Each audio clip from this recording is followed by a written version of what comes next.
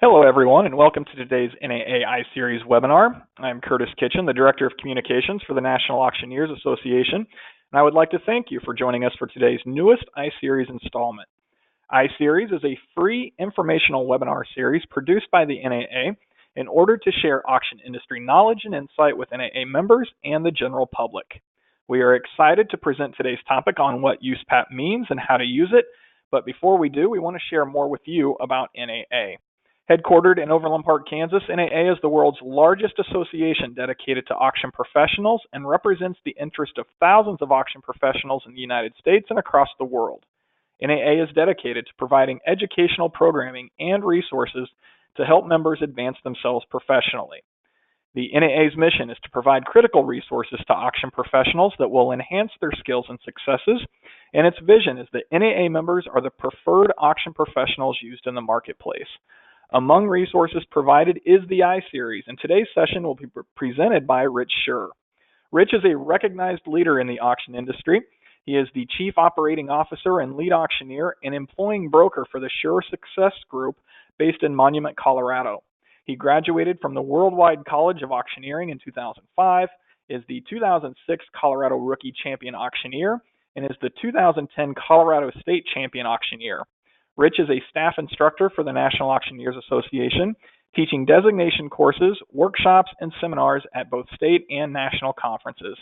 He is also a staff instructor for America's Auction Academy and Worldwide College of Auctioneering. Rich is a regular auctioneer for the Prop Store in Hollywood, California, selling props and costumes for movies like the Twilight Saga series and Star Trek. Rich has earned his CAI, AMM, BAS, and MPPA designations through the NAA. He has also earned his Certified Machinery and Equipment Appraiser and is a United Country Master Auctioneer. He is one of only 2 NAA auction professionals certified as a USPAP instructor. He is a past president of the Colorado Auctioneers Association has served on the NAA Board of Directors, and we are thrilled he is able to join us and share his knowledge with us today. Before the presentation begins, please note that you may take part in the conversation. Type and submit your questions at any time during the presentation, and we will get to as many of them as we can during our brief Q&A period.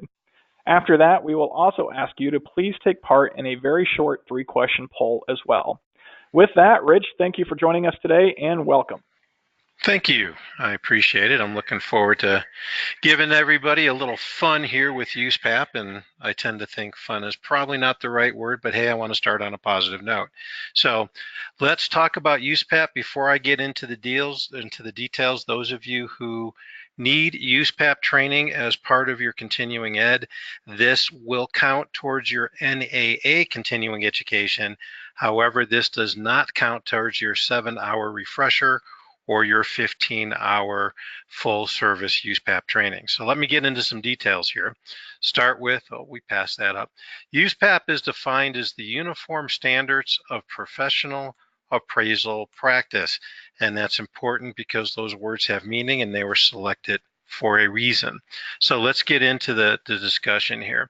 USPAP is a concept that was created not by the government, not by any regulatory agency, but USPAP was created by a coalition of professional appraisal organizations, and these folks got together and decided that they needed to have some consistent common language, consistent standards, so they decided to work cooperatively to create industry-wide standards for appraisal practice. And this included not just personal property appraisers, which is an evolution, but it started in the real estate appraisal industry. The concepts and practices, by and large, between real estate and personal property are similar, but the origin is clearly real estate based. The main purpose behind USPAP, though there are several, the main purpose is designed to ensure that the public has confidence and trust in the products we deliver, in the results that we provide, and in the processes we use in order to arrive at those results. If the public doesn't have trust in what we do, then our value is incredibly diminished. So what USPAP does is to provide direction, it provides us insight, it provides us with systems and standards by which all of us as appraisers can be on the same page. that we can consider the same types of information, consider the same types of markets and places to look for that information. And ultimately, if we're looking at somebody else's work or they're looking at ours, they can follow how we arrived at our conclusions and then make decisions as to whether or not our results are valid or at least credible. Over the course of years, the United States Congress has not only adopted but endorsed USPAP. The Appraisal Foundation, which is the governing body, is responsible for one of the subchapters, one of the subgroups called the Appraisal Qualification Board. And the Appraiser Qualification Board is responsible for real estate appraiser licensing. Though it's licensed at the state level, it's regulated by this agency, which is a pseudo-government agency. It's not funded by Congress, but it is authorized by Congress. And after which this USPAP process got started, the U.S. Treasury Department, the IRS specifically, has said that USPAP is the standard that they are following. And in order to submit appraisals for use by the Treasury Department, you must comply with USPAP standards. So that's kind of a background on how we got to where we are. And let's talk about when it's required and when it is not. So if you are going to conduct real estate appraisals, not only is USPAP required, it is licensed and enforced at the state level. If you fail to maintain your USPAP credentials, if you do not submit reports that are in compliance with USPAP, your license as a real estate appraiser can be suspended or revoked. Now, for those of us on the personal property side, it is required by the IRS, but the balance of it is more of an expectation or a smart business practice as opposed to a requirement. Many banks now want their appraisals for collateral to be USPAP compliant. Divorce courts are more and more saying they want to see USPAP compliant reports, but there is no law, there is no regulation, there is no licensing. Personal property appraisers are not now in any jurisdiction licensed or regulated. So there is no USPAP police. If you're not USPAP compliant, nobody's going to come knocking on your door to yank your license. However, if you're not USPAP compliant, the IRS may refuse to accept your work, and your competition may be able to convince the courts and your clients that with USPAP compliance, they're better qualified to do reports than you are without it. So USPAP is not a legal requirement for personal property appraisers. However, I want to mention this, in order to maintain your GPPA or your MPPA designations, you are required to comply with USPAP. So let's move forward a little bit here and start talking about some of the key components of what USPAP does, what it provides, and how it works. First off, it provides research considerations. USPAP gives us guidance to say, these are the things you should consider while doing your research. It won't tell you where to go find information. It won't tell you which information is good or bad. It's saying, here are some things you need to think about. For example, the approach to value. Are you looking at numbers based on comparative sales, comps? Are you looking at the cost approach, which is how it is to develop, build, replace, repair a particular asset? Or are you looking at the income approach, which is how much money will this asset generate in future revenue? What USPAP tells us is those are three key areas that you must consider. The extent to which we make those considerations is purely our discretion, but USPAP says you must at least consider those three approaches. And throughout USPAP, they're going to say, here are things you should think about, here are things you need to consider, here are things you need to disclose and discuss. So as we move on down, it says describes necessary content. One thing that's very clear in USPAP is they never tell us how your report's supposed to look, but they see, here are things that you must include in your disclosures. So they outline suggested process and practices. In fact, as you go through the USPAP manual or you go through the training classes, it's going to say, here are the steps. You start here with your research, you move on to your markets, and then it flows through a process ending with your written report. So they discuss why we do it that way, they discuss the value of doing it that way, and they discuss the plan to help you get there. USPAP also discusses, in many cases, context and rationale.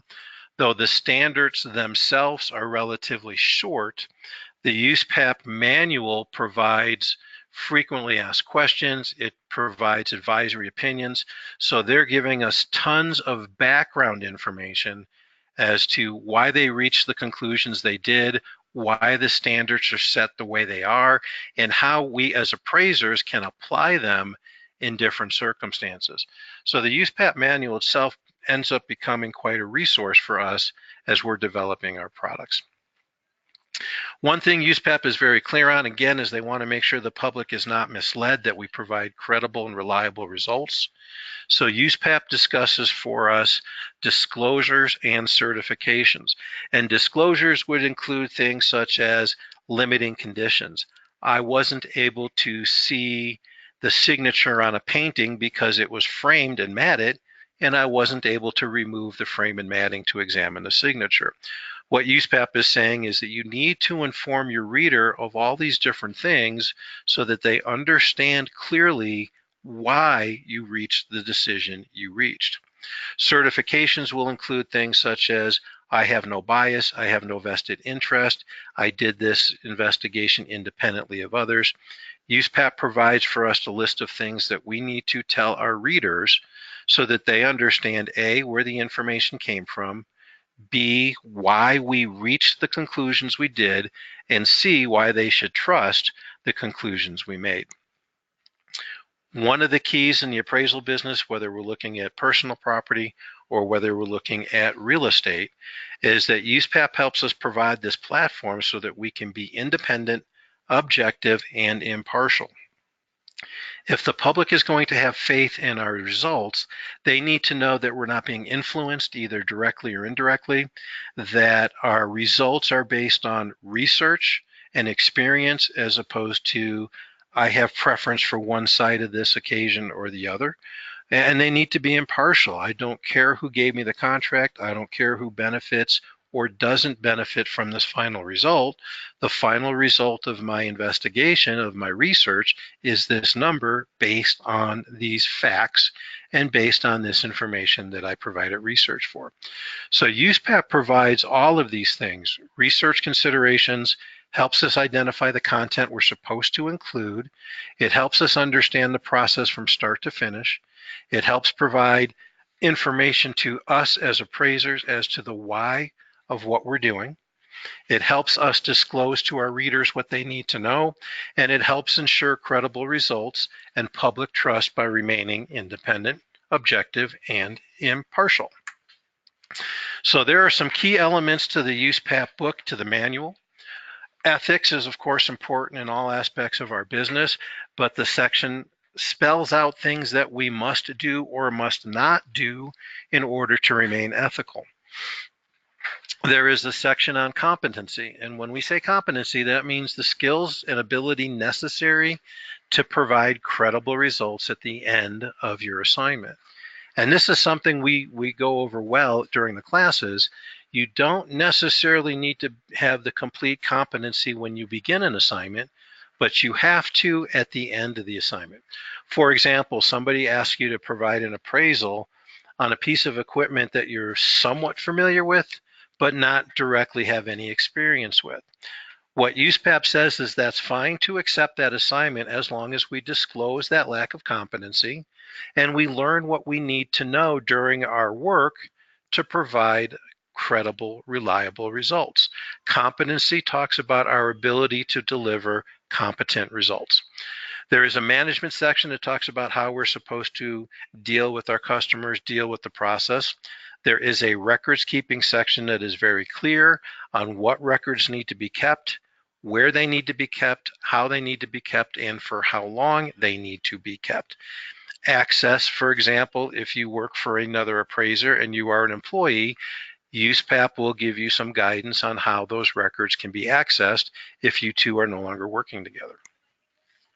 The key elements, the key sections, the key standards in USPAP that we spend the majority of our time with are standards 7 and 8. Standard 7 is the development, the research of your opinion. So USPAP lays out, again, in this section, these are the things you must do in order to arrive at credible results. And a good guide for appraisers is to go through that section and note that I need to do A, B, C, and D. And as you're reviewing your work, you say, did I do those things? Have I not failed to include them? They're very clear here that development becomes the first step and reporting comes after that. They want to make sure that we are doing our research to arrive at conclusions rather than picking a conclusion and then finding data that supports that theory. So they're very purposeful in saying, do your research first, your development, then you can write your report and arrive at your conclusions. So they want you to analyze data to arrive at conclusion, as opposed to saying, well, I think it's worth X, let me go find data to support that. So the sections and standards within the USPAP manual give us this guidance so that when we complete our work and turn it over to a client, it's reliable, it's logical, it's credible, and a client can look at it and go, I see how you arrived at that decision. Thank you. That is the ultimate goal of USPAP. So these are the sections and standards you'll read in the book. Now, there are others. There are sections that apply to business valuations. There's a section that applies to mass appraisals, which is something that an assessor's office would do. They typically don't apply to personal property appraisers. However, when you go through your USPAP training, you're going to cover bits and pieces of all of that. So these are the sections and standards that we cover. We've covered this already, but I'm going to reiterate it. It helps you develop credible results. That's the key that USPAP was developed to do. They want the public to trust our work and believe in what we do. This next bullet point, I think, is, for me, the most important section of USPAP, is this is something that sets me apart from my competitors.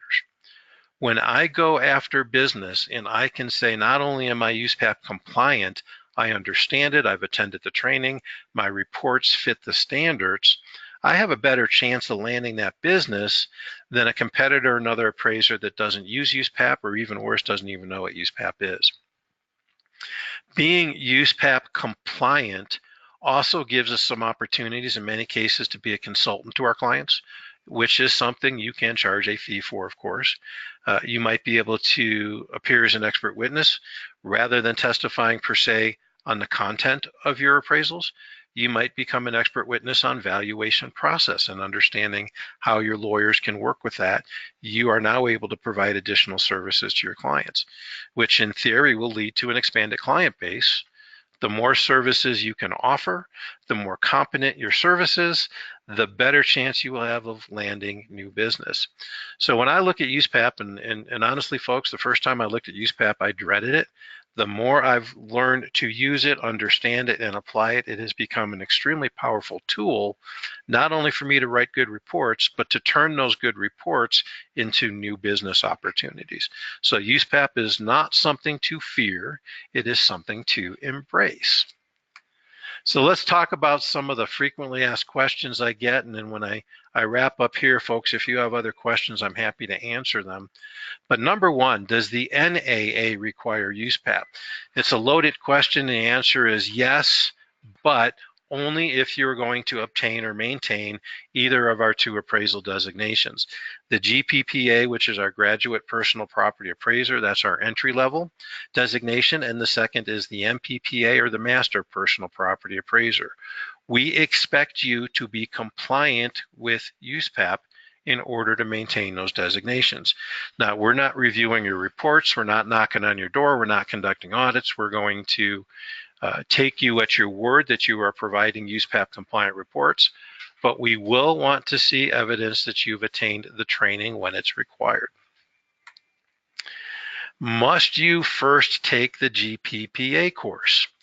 And the answer is no, you do not. And many people have found, because of schedule, that it's more convenient to take USPAP before they take GPPA, or they find that they don't have time to take it right away. Either way, We don't care when you take it, but you must take it in order to earn and maintain the designation.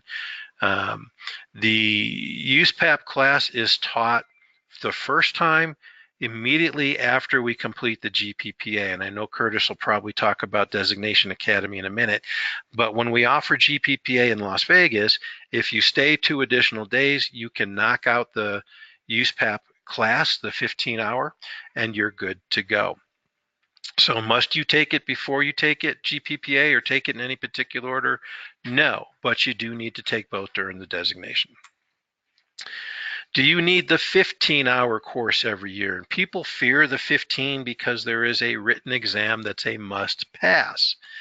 The answer is no. Once you've taken that 15-hour course, the 2-day course with the exam, as long as every 2 years you take the 7-hour refresher, you will never ever again have to take that 15-hour course. USPAP updates the standards every 2 years. So once you've had your initial training, you've taken the exam, you put that in your file, every 2 years take that 1-day 7-hour refresher course. There's no exam. You can take it online. You can take it with us. We offer it at Designation Academy in Las Vegas. We offer it at Conference and Show. It's occasionally offered throughout the year in other locations. So no, you do not need to take the 15-hour course every year. In fact, as long as you maintain the refresher course, you take the 15-hour once and never ever have to take it again. Now here's a caution. If you fail to do the refresher course in that 2-year cycle, then you're going to have to get caught up and take the 15-hour class again. So don't miss the 7-hour refresher that we offer on an annual basis. So here are some resources for you. The Appraisal Foundation is the master organization that's behind USPAP. Their website's there for you. Pretty simple, theappraisalfoundation.org. You can view the USPAP standards online. You can download the manual. You can find all sorts of information available to us as appraisers. There are several appraiser organizations that are of high quality and high caliber: American Society of Appraisers, ASA.org, International Society of Appraisers. There's appraiser organizations for mechanical appraisers. There's a variety of organizations. Plus, of course, if you're GPPA or MPPA, we have our Facebook group that is restricted and exclusive to those designees, where we help each other out on a regular basis. So in a nutshell, that is USPAP as an introduction. Of course, during the classes, we get in much greater detail, and you don't leave without having a thorough understanding of what you need to do. Curtis, I'm going to let you take over from here if you want to talk about Designation Academy. Here are the dates for the next GPPA and USPAP courses.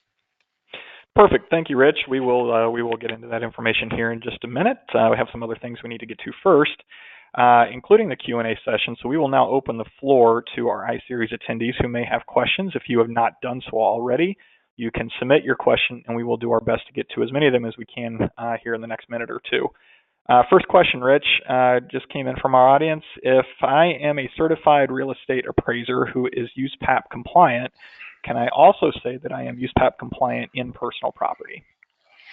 That's a gray area, but a very good question. If you've had USPAP training and you've completed the 15-hour, the differences between personal property and real estate appraisal are minimal. I would still recommend it, but we at the NAA won't require it. The challenge you'll have is if you ever have to defend your personal property appraisals in court, you're going to have to demonstrate where you've had that separation of training between personal property and real estate. And then the next question that we have here, while you mentioned several times in there, and I think it's very important, that it is not a full legal or mandatory legal requirement, can USPAP compliance provide some level of real security for an appraiser or an auction professional if they are doing what they need to do on that side? In terms of protection from liability, probably not. In terms of credibility on the stand, absolutely. Where USPAP and where your credibility becomes challenged is when there's a battle of the expert witnesses. Having USPAP and being able to demonstrate compliance with it will typically set you apart from your competitors who have not been USPAP trained or USPAP compliant, which gives you the edge and credibility. To my knowledge, there is no liability protection. There is no insurance or O&E or general liability that's going to make a difference one way or the other. It's a credibility of your character is where USPAP applies. Perfect. All right, everyone. Thank you so much for submitting your questions. If we were not able to get to yours today, we will forward those on to Rich, and we will see if he can't get those answers to you past today's iSeries presentation. We now are going to move over to our poll so that you can give us feedback on today's session. Please see the poll on your screen and answer the questions as they appear. We're going to move fairly quickly through these, so please answer as swiftly as you are able. Your first question of 3. On a scale of 1 to 5, with 5 being the highest score and 1 being the lowest, how would you rate today's iSeries presentation? Again, on a scale of 1 to 5, with 5 being the highest score and 1 being the lowest, how would you rate today's iSeries presentation? We'll give you just a few seconds to answer that question.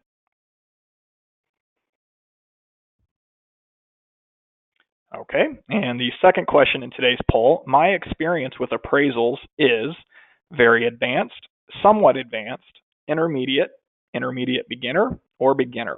Again, the question, my experience with appraisals is very advanced, somewhat advanced, intermediate, intermediate beginner, or beginner. And we'll give you just a few seconds to answer that one as well. All right, and the last question in today's poll, I am interested in learning more about upcoming USPAP and appraisal courses. Just a very simple yes/no question there. Again, I am interested in learning more about upcoming USPAP and appraisal courses. Okay, thank you so much for providing that feedback. It does help us plan for future iSeries presentations. Before we do end today's session, we do have some updated information on upcoming NAA events. Rich mentioned this earlier, but registration for NAA's 2018 Designation Academy at Planet Hollywood in Las Vegas is now open. Check the slide up now for GPPA and USPAP information. Also, you can go to auctioneers.org and check out upcoming events under the education menu. You can find full Designation Academy and other NAA event information there. Again, that's telling you that registration is open for the 2018 Designation Academy in December at Planet Hollywood in Las Vegas, so we hope you can join us there. As we close today, you will get a replay of today's session through an emailed link by the end of this week. In addition, if you are an NAA member and you've missed any previous iSeries sessions or would like to hear any of them again, the full iSeries archive is available at auctioneers.org/NAA-education. Again, that whole iSeries archive is available at auctioneers.org/NAA-education. You do need to be an active member, and you will need to log in to be able to access those. And finally, an iSeries programming note. The next iSeries will be Wednesday, December 5th. It's already the end of the year, if you can believe it. Wednesday, December 5th at 2 p.m. Central, and we will be exploring customer relationship management. It's a session that you won't want to miss, and we will be sending specific information on that in the near future. Thank you again to Rich for sharing his insight today on USPAP, and thank you to all of you for taking part in NAA's iSeries. That will conclude today's webinar. Have a great day, and remember that the NAA iSeries exists because it's about you. Have a great day, everyone.